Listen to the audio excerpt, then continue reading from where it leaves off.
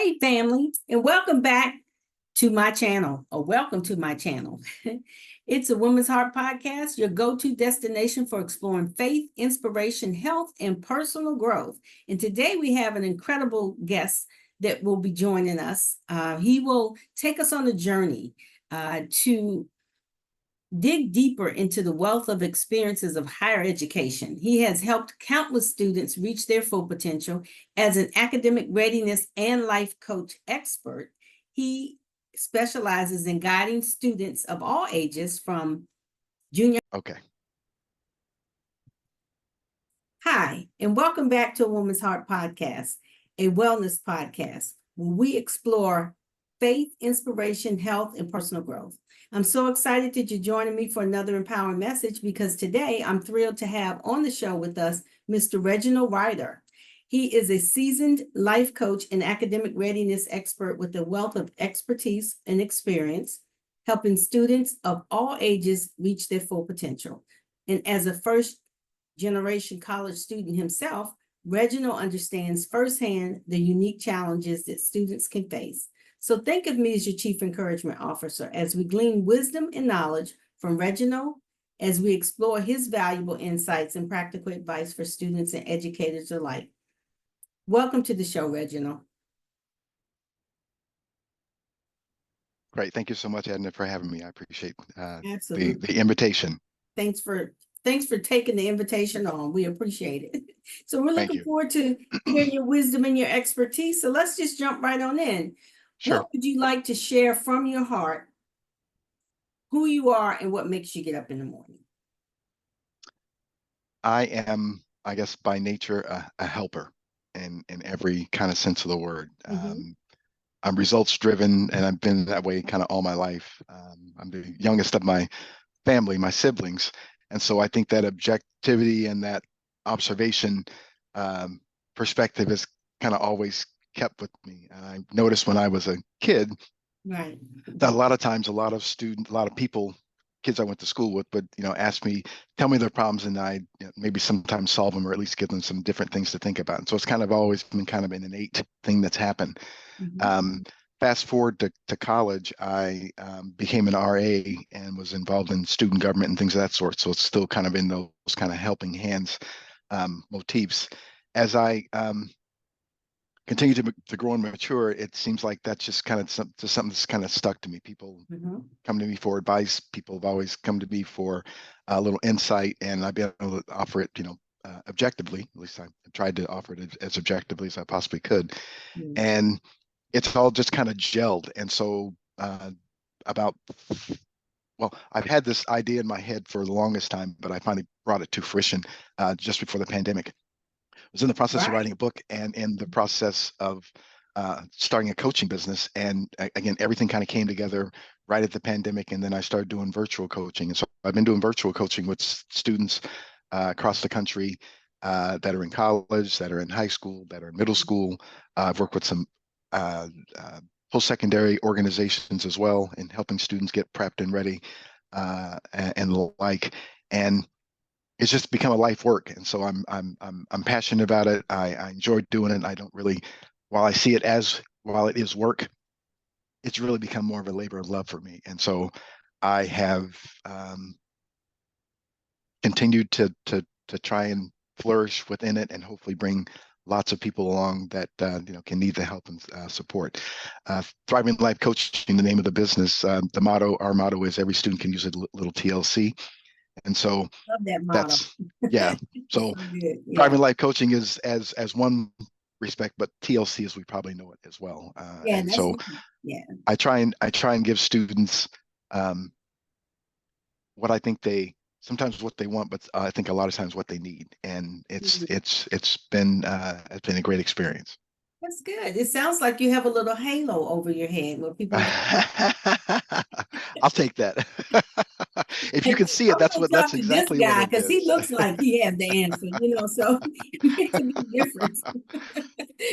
You want to get the right answers from the right people. That's for sure. Yes, you sure do. You sure do. I appreciate that's your story around that. So I had a question around your personal journey and what motivates you. Like, what was your early inspiration? And can you share like a pivotal moment in your childhood or even in your early career that sparked the passion to help others? You said it kind of like along the way, you've always done this and it was innate. Right. But when was that epiphany moment that you kind of knew, oh, this is what I should be doing? This is my life's work.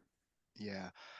Um, I honestly think it was when I got hired at my admissions office at my alma mater. I went to Ball State University in Indiana, and I'd gone to. It's just kind of a little bit of a backstory.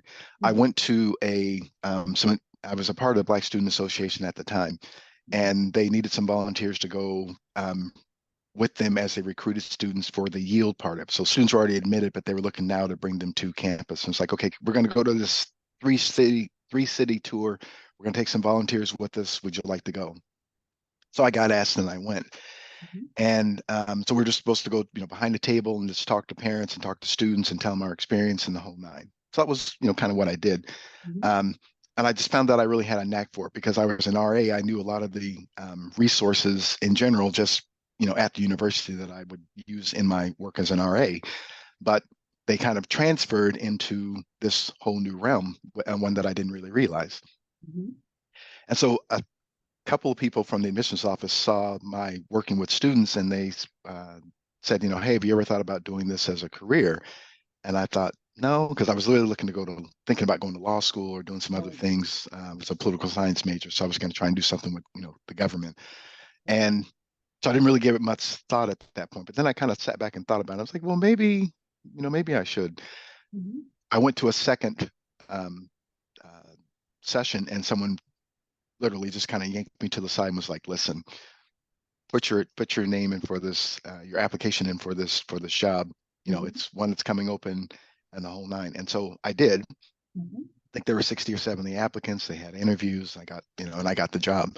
I actually had my job in the admissions office prior to actually graduating from college because I took some summer classes. Okay, so I was like, wow, I was like, I got a job too. So I was pretty happy about that. But again, the epiphany really happened when I was at orientation sessions, and that was part of what we did for admissions. We were there for orientation sessions and working with parents and meeting them and students and the whole nine. One of the roles we had was that we had dinners with parents. And so we'd get up and introduce ourselves, and we talk to parents, and we just get to mingle with them and what have you. And so they were asking me about my own experience. And so I was telling them a lot of the things that I've, offer to students even now. And they were taking notes, and they were, crowding around me. And there was a lot of people, aware of what was going on. And so when I met their kid, maybe the next day or so, the guy I was telling you about that told me about how to do this, and this. Right. So, those kinds of things kind of happened to me in the process of this work. And so that was kind of my first kind of epiphany that I really knew or understood that what I had to say was not only valuable, it was important, but it was really helping people get to where they wanted to be. And so it just kind of continued to kind of blossom and mushroom from there. Wow. And they were taking copious notes. They were like, he knows what he's talking about. Yeah, I was telling them about time management. I was telling them about, just making sure that they were, organized, that they, studied, and, Right. where they studied and where they need to study and how much they need to study, and going to get help if you needed it. Yeah, that's really good. So helping them in a way that, so now your epiphany happens, and then, so you were first year generation college student. Yes, So I was. there's some challenges there where you have to overcome, because first, you're the first one in the family to do that, right? Right. So what were some of the biggest challenges you faced, and how did you overcome them? And I guess the second part of that question would be, what advice would you give a current student facing similar obstacles? Right. So my obstacles were, I think, a little different in some respects. And I say it because my dad was in the Air Force. So typically as a first generation, you're not as well traveled or well seasoned. And that's not a dig in one respect or another, but just simply sometimes just because of, what access you do or don't have, Right. can make a difference. Yeah. Can make a difference. Fortunately, because my dad was in the Air Force, that kind of manner of transition that you have to go through, because it's any given day my dad could come home and say, hey, we're moving from South Dakota, which is where I was born, to Georgia. We're going from Georgia to Oregon. We're going from Oregon to Indiana. And so, you just got to be ready and go. And so you got to transition quick, not only moving, but just kind of getting yourself acclimated. Yeah, yeah. So getting acclimated is probably one of the first things that was not hard for me to do, but socially wasn't hard acclimating. Academically, it was. Okay. Because although I was a reasonably smart student, it's different between studying something and memorizing it and then getting a test on it, right, than actually learning it. Yeah. And so I had done the studying part fairly well, but I wasn't learning. I wasn't really learning and being able to apply the information, I guess is really the best way to put it. And so college really is that in a nutshell. There's an acronym that I use in talking with students, and it's PAIR, PAIR, and it's process and apply information for results. That's kind of what it is. So it's what you know plus what you need to know and bringing those things together. So I hadn't really paired anything together. I was just kind of studying. I can tell you, fortunately tell you now that I'm on the other side of it, that my first semester was 3 C's and a B, a 2.142. It wasn't breaking records. It wasn't doing nearly what I was capable of, but I wasn't flunking out, but I wasn't at my best. Right. And so for myself, I kind of knew that was the case. And so I started to dig a little deeper into what that really meant. And so it meant that I had to be a little less social. It had to be a lot more focused and diligent, and then also putting myself in a position where I could seek help. So those were some of my kind of struggles that I initially had. For a student, I would say, that there's a lot of time and effort put into the application process for students. It's like anywhere from a 4 to 9 month, maybe even a year process from your junior year to your senior year. I get that because I used to work in the admissions office, so I understand that part of it. However, if you don't have the tools because of all this newfound freedom that you have as a college student, that can become problematic. Right. So the smartest of students sometimes end up transferring. The smartest of students sometimes end up struggling because sometimes they're in the wrong major. Sometimes they're at the wrong school. Sometimes they're just not taking the right classes, or they took the wrong set of classes. And so the kind of cumulative effect of that is that they struggle in all of them. So to me, those are things to kind of be mindful of. The other thing that I would say is just seeking help. I think as a college student, you're kind of, because you are considered an adult and you are considered kind of on your own. Right. I say to students all the time, you're on your own, but you don't have to do this alone. And there's all this help that's out there. There's so many resources that are out there. And I became one of those resources at one point. So when I see students struggle, or I know what they're struggling, I'm like, just come talk to me. Right. I'm not telling them, what to do. I'm not telling them how to do it, but I'm like, just come talk to me. 9 times out of 10, we end up talking about what is ailing them. What's the problem? What's the issue? I'm homesick. I'm taking a chemistry class that, they said I tested into, but I'm not really, able to do the work. I've got these prereqs that I've got to get B's in order to be able to apply to the school that I want to get into. A myriad of different types of things that happen in that respect. So I think just really being focused in that area helps. I tell students all the time, you should really see yourself as the client of the university, not just as a student. Right. Because there's a different mentality that goes with that. Absolutely. Being just a student just says you're kind of taking whatever they're giving you, and that's really it. Being a client means that you've paid your money, or somebody's paid, somebody, mom and dad, or somebody has paid the money for you to be there. You should get every resource that's out there and available to you, and treat it as though you treat what you need to know as something that is so important to you that you're willing to do whatever it takes to be, to get what needs to be taken care of. Good. I mean, it sounds like with your own personal experiences, and of course you were a military brat, so you traveled a lot, so you were social. That's just be clear. You were very social, because I came from a military background as well. But we didn't move as much as I got older, but when I was younger, we moved all over. And it's interesting that you were born in South Dakota, because I was born in North Dakota. Are you kidding me? I'm I not, think my dad, and what's my funny about that is like, why do they put all of the it seems like the Air Force military bases in different crazy locations. It's like, I tell people it's I'm true. going from North Dakota, like, what were you doing there? Yeah, exactly. I tell people I'm from South Dakota. They like I've come from a foreign country, you know. Right, right. Like, where is that? Yeah, Oh, it's in it's the funny because I company. think my dad has actually been TDY in I think it's Fargo if I'm not mistaken, Mm, for for work when he was stationed yeah, at Ellsworth in South Dakota. So yeah. who That's knows? Your Our parents may have crossed paths and not even known You it. never know. You never know. Well, what I had a question around working with underserved communities, the Hmm. underserved community, because um, you came from one background and now you may be working with the students that are coming in from a different background because they have Right, their first generation. A lot of right, times they don't know anything. They just right. go into the process because a counselor has helped them get to the college, and now they don't know. They don't know how to engage, don't know any of that. So you help with that whole process around working with the student from that perspective as well. Correct. Yeah. That's really good. So that they can have opportunity to shift their mindset. Yes, that's really the crux of what happens.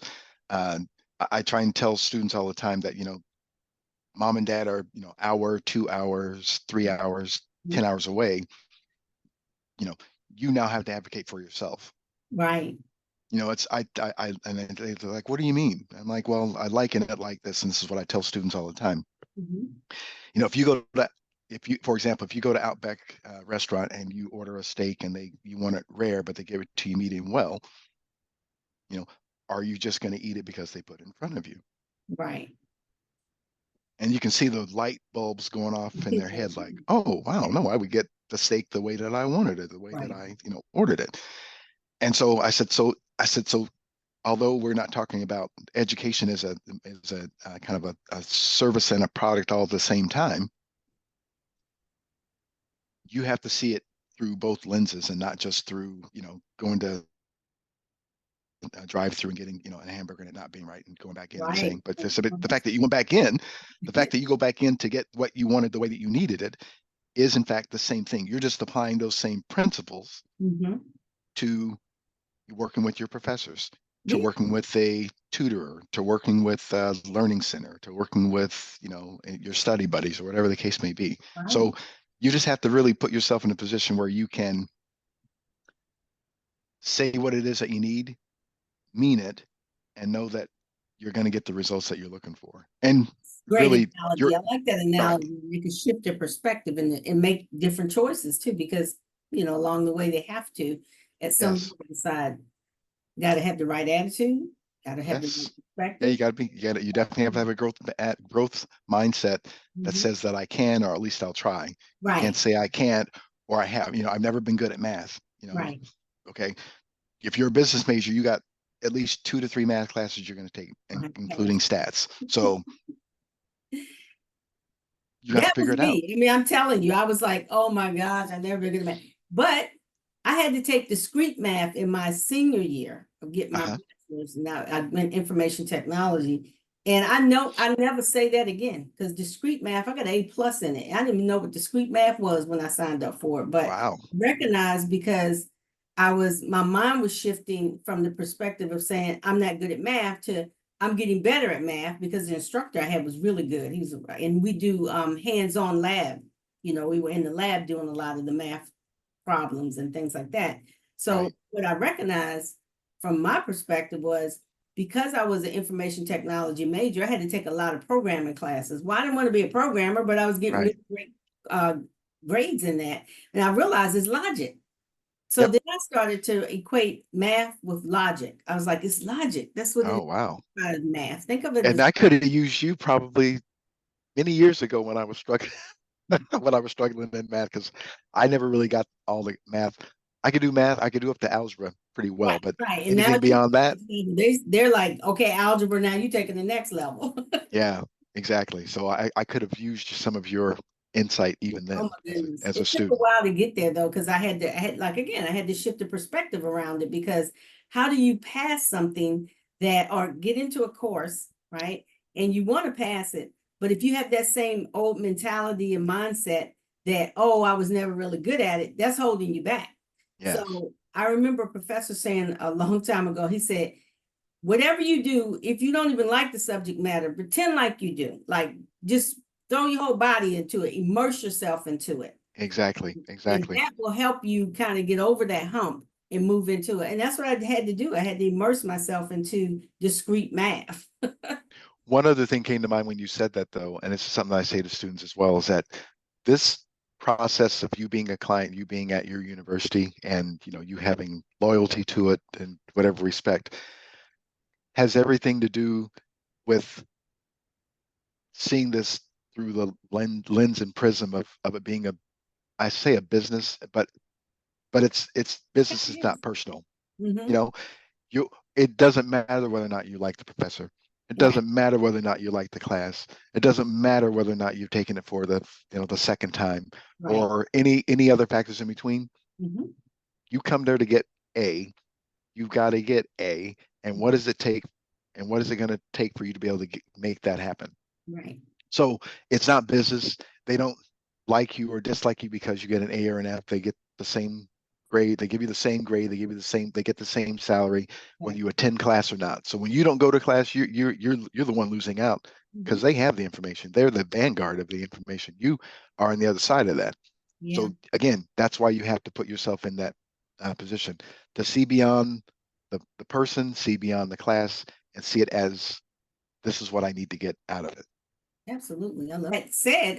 Let's switch a little bit over. Let's switch gears a little bit because you also wrote a book, right? Yes, I did. I did. College success. So your book, Passing the Baton, that offers valuable insight into college success. So what are some of the most important lessons you've learned about helping students navigate the college experience and achieve their goals?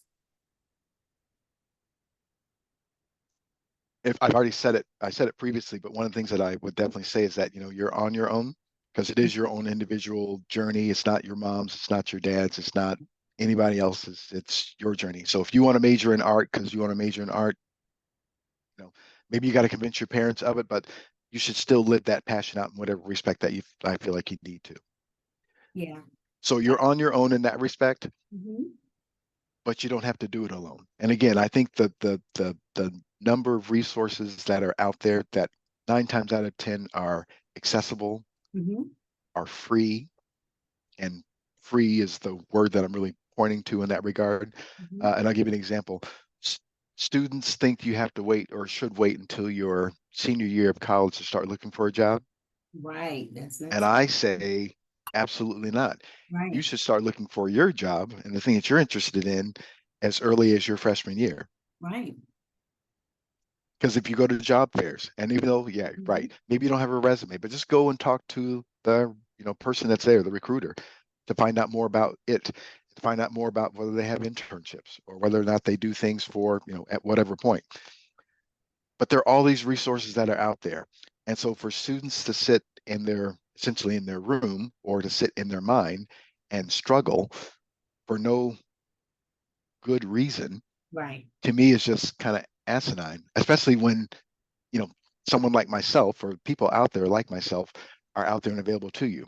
Because Right. I'll ask a student, how you doing? And they'll give me the, kind of proverbial, we know this as well, how you doing? And they say they're doing okay. But I ask them another question because that coaching mind is in me. I was like, well, what does okay mean?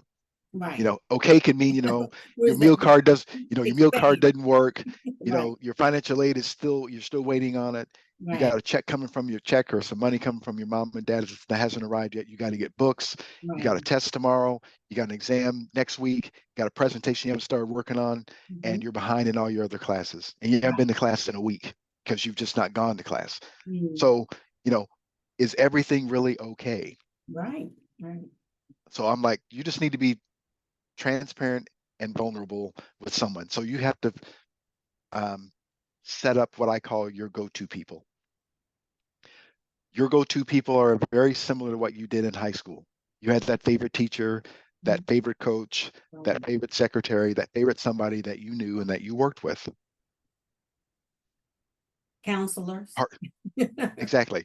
Part of the transition of you being at this new environment, this college environment that now has, instead of 2,000 or 3,000 people in it, like your high school, or maybe less than that, to now 2,000 or 3,000 to maybe 40,000 or 50,000 people in an academic environment. Where's your network? Not, yeah. You don't have one. If you don't have one, then that's why you have to set it up. So you have to find and figure out who those people are. And sometimes they're within your major. Sometimes they're people that are, part of student activities or whatever the case may be. So you got to do those things too. The other thing I'd say is you have to create and find your own sense of belonging. That's important.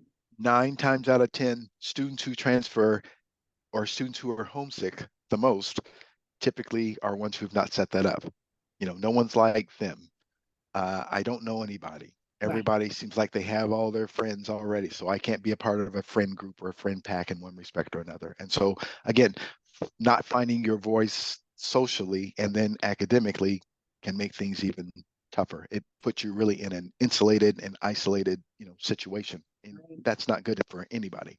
So within your book, do you all of these gold nuggets you dropping right now? Is that some of the that is it. So in the book? yeah, Okay, good. exactly. So things like that are in there. I also talk about my own journey and story with respect to what my experience was like.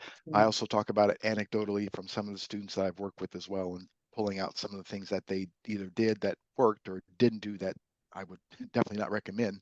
So again, students can have a pretty good sense of the landscape that the college environment can present. That's awesome. Well, thank you for sharing that insight because I know that the audience is going to just run out there and get the book for the Yes, first year college students because it's so important. And then definitely. Yeah. doesn't have to be first year. I mean, because that No, exactly. apply for a whole 4 years and then into your master's. So it's Exactly. definitely a need for that. So And I would definitely say for, a student who's in middle school, getting ready to go to high school, mhm, because really the time to really kind of formulate your, kind of life's plan can be as early as, as early as the 8th grade, but definitely by the 9th grade, because 9th grade is basically the start of your high school experience. start thinking about Um, what that could look like. Yeah. Exactly. And start putting some things in it. And the beauty of what this book does, I think also, is that if you can put these things into practice, then you got essentially a 3.5 to 4 year head start on everybody else. Right. It's in specifically mindset. When you think about Yes. shifting your mindset to get geared up for it, it's like you. Yep. Yeah. And so if, even for a student who has struggled or is struggling or looking to potentially come back and it's been a while since they've gone back, again, getting acclimated to that is another way of being able to do it. So, through the book, but also through the through the virtual coaching that I do with students, those are things that I talk about, and I want to make sure that students have a real good sense of, so that they can go into this process with their eyes wide open. So do you work with, and this is completely just came to mind, I just have a quick question. Do you Sure. work with working adults that are going back to school? Because that's a whole mind shift right there. Oh yeah, definitely. I have to do. I mean, even now, in my primary work that I do, I'm a student success coach working with students that are getting their doctorate degree. And so they've had anywhere from their bachelor's degree that they've attained. For this particular degree program, you don't have to have a master's, but you start from a bachelor's, but you end up getting a doctorate. So for a lot of them, they range anywhere from their early 20s to their early 50s in the way of the continuum of students that I work with. And so, yeah, so a lot of them do need to, kind of get back and acclimated into what that's like. And so my job is basically helping them from matriculation to graduation with everything in between, and making sure that I'm aware of what their struggles are. If I can provide direct resources, then I will. But if not, I can definitely delegate or get them to the right person because of the network that I've been able to establish.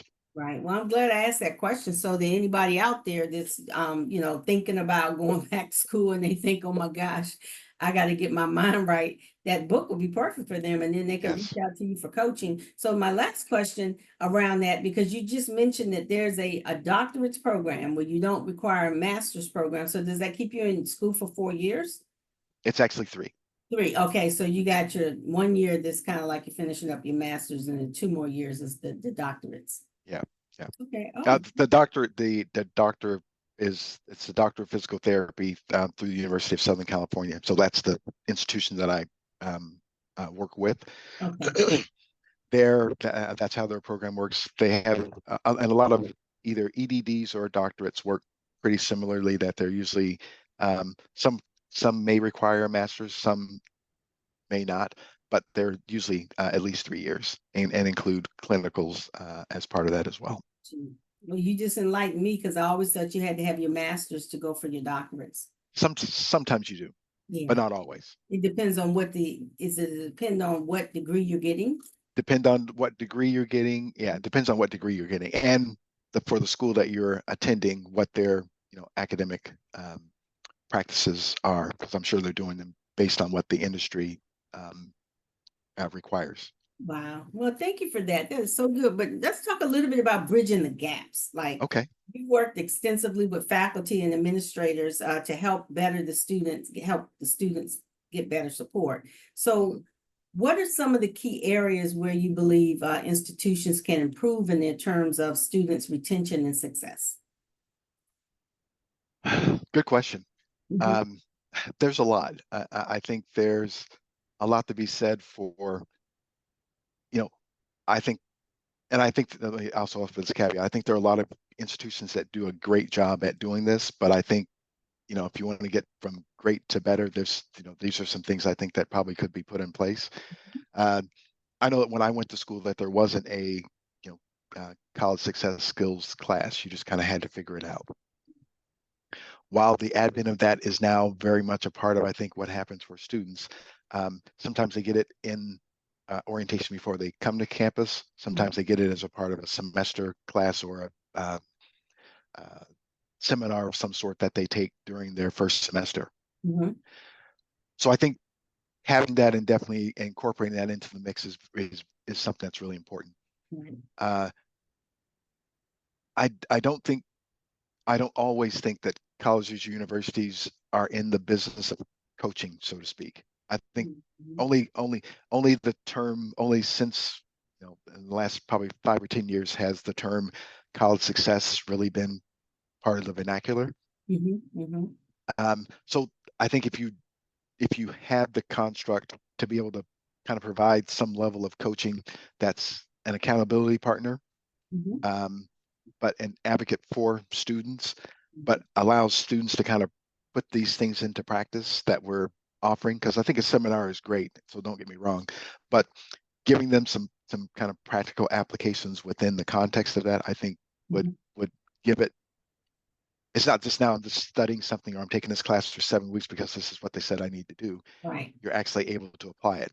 The Mhm. the the college success skills class that I teach at Northern Virginia Community College, Mhm. one of the first things I say to them is that if you can do the work that's just in the class itself Mhm. and you do it well, you shouldn't have any problem. Mhm. But my hope is that you're going to take these principles and things that you're learning and be able to apply them to your other classes. Right. Right. If you can apply them to your other classes and get the results that you're looking for, then you're right where you need to be. Um, I think the other thing that I would probably focus more on as an institution would be just the whole aspect of career Mhm. and getting that started sooner than later. While I think they do a good job at working with students, in getting, um, with the job fairs and with, things of that sort, I think incorporating that into the mix, as a freshman, I think really makes a difference because again, you can do things, minimal things like, just having them getting a resume together, creating a LinkedIn page, Mhm. um, figuring out, because a lot of students are undeclared. And I say undeclared because students call themselves undecided. There's a difference. Undecided means you made no decision. Undeclared means I haven't figured out where I want to put my Right. my resources at that point. So again, mindset. But anyway, in being an undeclared student, you know, what things are you good at? I tell students, what things are you passionate about? You know, find out or figure out what those things are. Once you figure those things out, or if you don't know those things, go to the career office as an example and take the battery of tests that they have that are there that'll tell you or give you a better sense of what swath of types of things you can do, and then take classes in those courses to see if there's something that resonates with you. That's really good advice. So it sounds like, you've already you've been working with of course, with the administration. And then, as you're supporting the students, you kind of have the best of both worlds, actually. Exactly. And I think that's, I think I sit in a unique place that most people don't get the chance or opportunity to really sit in, and being, Right. a first-gen student, someone who graduated, someone who got a master's degree, and someone who got a master's degree in the very thing that because my master's is in, it's counseling psychology, but it's college student personnel administration. I'm teaching people to do the very thing that I didn't know how to do. Which is a blessing, because, Yes, you go through things so that you can help others, so they won't have to go and walk on the same landmines. That's what I tell them exactly, time through my exactly, coaching, because there's certain life experiences, lived experiences that you've had, that you can now say, okay, if I were able to do this differently, this is what I would do. Let me go help somebody so they don't have to do that.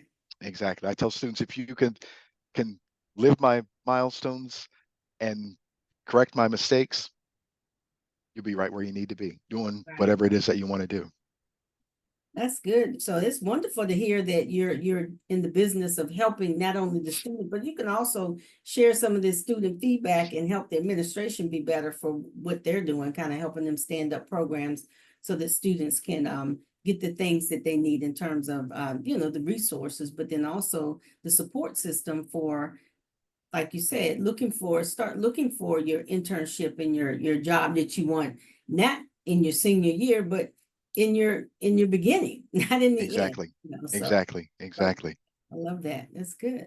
So from a life coaching perspective and beyond the academics piece, um, while your focus is on academic readiness, life coaching is also encompassed in your personal professional development. So I love that piece of it, because it's taking your life experiences. So how do you help students develop a holistic approach to their own well-being and prepare for their future careers?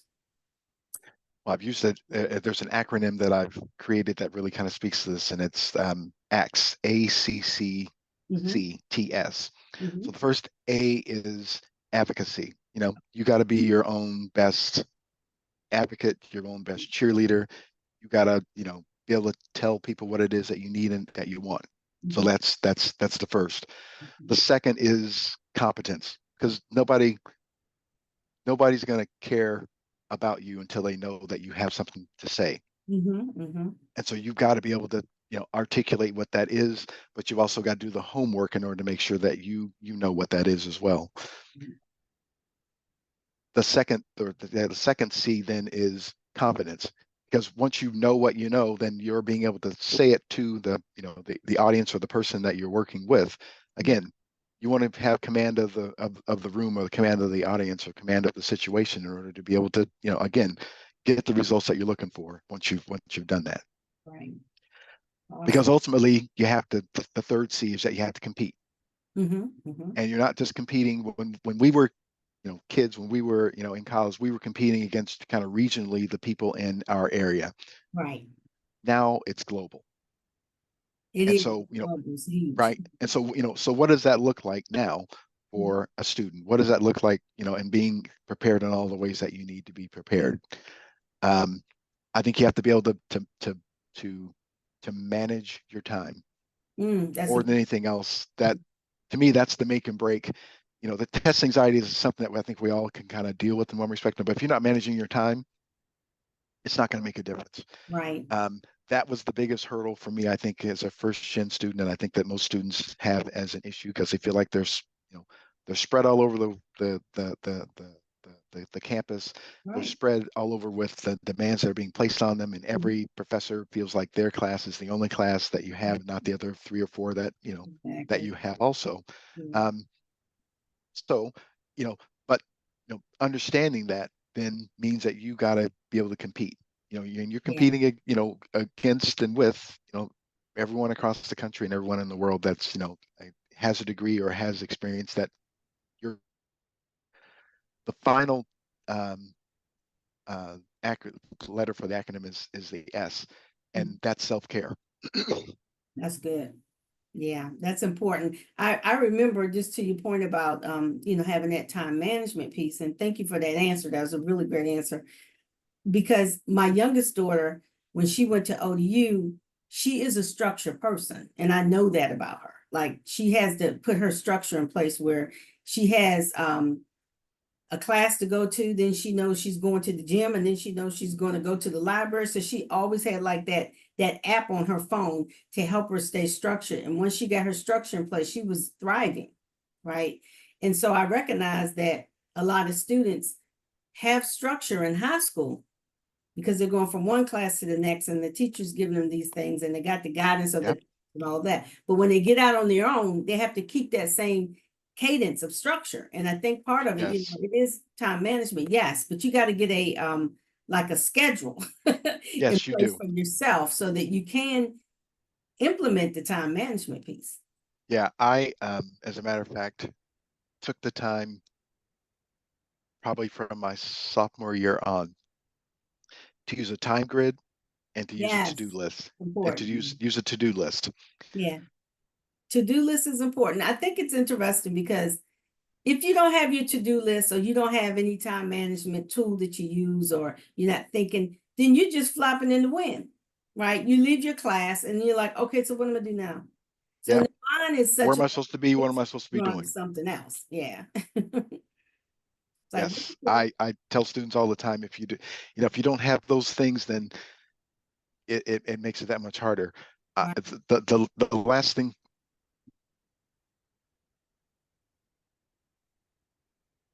The last thing I would say is um, with that is it's really important to make sure you're taking care of yourself. Yes. So I tell students all the time, 6 days on, you're grinding. You make it happen. Right. 1 day's for yourself. Has Yeah. to be for yourself. To do something else, do something different. Go to a football game. Go hang out with the part at a party, or have some fun. Go on a date. Yeah. Go do any or all the student activities you want to do in that respect. Mhm. But you can't do the 6 days until you've made some sacrifices and you've established some commitments Right. and Exactly. made some priorities in the process of that. And I still to this day live that as much and as best I possibly can. So students say, well, yeah, well, that makes sense when you're in college. I mean, no, when you're professional. So what you're talking about in the way of the professional, at least the transition from that, is that if you've established yourself and done these things while you're in college, Mhm. it's so much easier for you to then transition to being on time when you are supposed to be at work. Exactly. When Exactly. your manager gives you a project and says, hey, I need these things done by these dates, Mhm. you got to project manage, a process in order to show not only that I've done it and that it's done, but it's complete and it's right.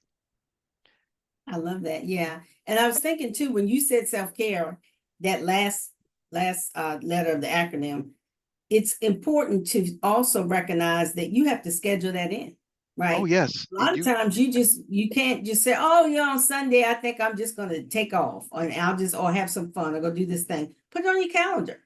I Yep. always I tell tell students, you, from a mindset coach perspective and time management, put everything on your calendar, because if you put it on your calendar, it will most likely get done. yes, and that's exactly what I tell them. It's like, listen, because especially if someone is pretty structured and pretty organized to begin with, Right. but especially if you're not, but if you're already organized and structured, then you should schedule it so that you know that if you schedule it, you're going to get it done. It's going to be Yeah, done. yeah. It's When not you see anything it for you to you then see it, worry you about or I gotta contemplate. do that. Yeah, I love that. And one thing my husband told me years ago, he said, if you're organized, and we were having a discussion, he's like, if you're organized, you can do anything. And I Yep. believe you Oh, can it's so do true. anything, but you got to get organized. That's the thing. You got Yes. systems in place. You got to make sure you got your structure in place so that you can be organized and do those things.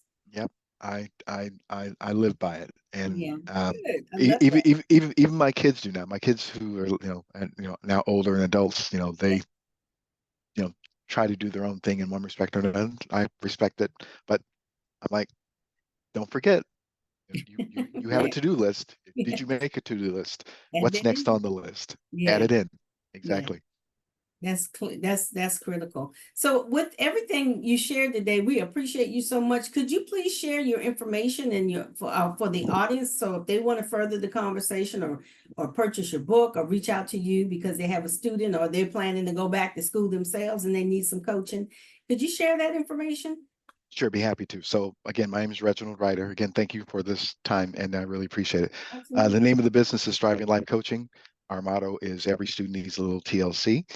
You can find us on Instagram at RRYDER, the number 4 TLC. The website for Thriving Life Coaching is reginaldryder.com. And the name of the book is Passing the Baton, A Guide and Memoir of College Success.